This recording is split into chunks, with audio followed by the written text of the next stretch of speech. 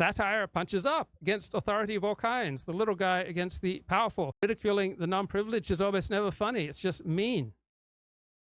So how can you tell who are the non-privileged? Well, the answer is simple. By definition, the non-privileged are those who have the privilege of not being ridiculed, right? That means those who enjoy a sacred identity, such as black or gay or trans. By punching down, this is Gary Trudeau, by attacking a powerless, disenfranchised minority with crude, vulgar drawings closer to graffiti than cartoons, and Charlie Hebdo, and I don't like Charlie Hebdo, wandered into the realm of hate speech, which in France is only illegal if it directly incites violence. Well, voila. 7 million copies that were published following the killings did that, triggering violent protests across the Muslim world. One in Niger where 10 people died. The French government has rounded up and arrested over 100 Muslims who used their freedom of speech to express their support of those deadly attacks.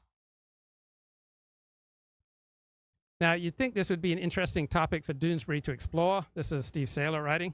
But would that be punching up or down? Muslims or Jews? Which group is punching up and which group is punching down? And just how hard would Gary Trudeau get punched if he took on this topic? Better not to think about it, right? And then back to Gary Trudeau saying, writing satire is a privilege I've never taken lightly. It's bad to punch down, right? So if you had the good sense to go to Yale, you'd have a more refined sense of discretion and social boundaries, but it's too late for you now. So if you don't want to get punched, you better just shut up and let your social superiors make all the jokes. So when Palestinians slaughter Jews, or when Jews slaughter Palestinians, which is punching up and which is punching down?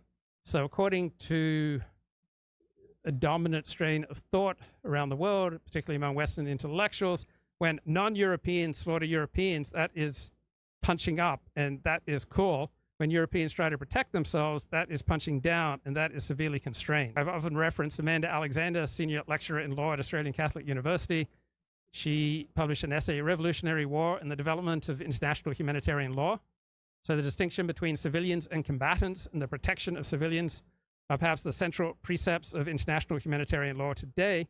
But now terrorists and guerrillas, right, they are supposed to be accorded all the protections that formerly only belonged to those standing armies that fought in uniform and their nation state had signed on to Geneva Conventions. So Vietnam served as the archetype of the contemporary conflicts that have prompted the International Committee of the Red Cross to draft new laws.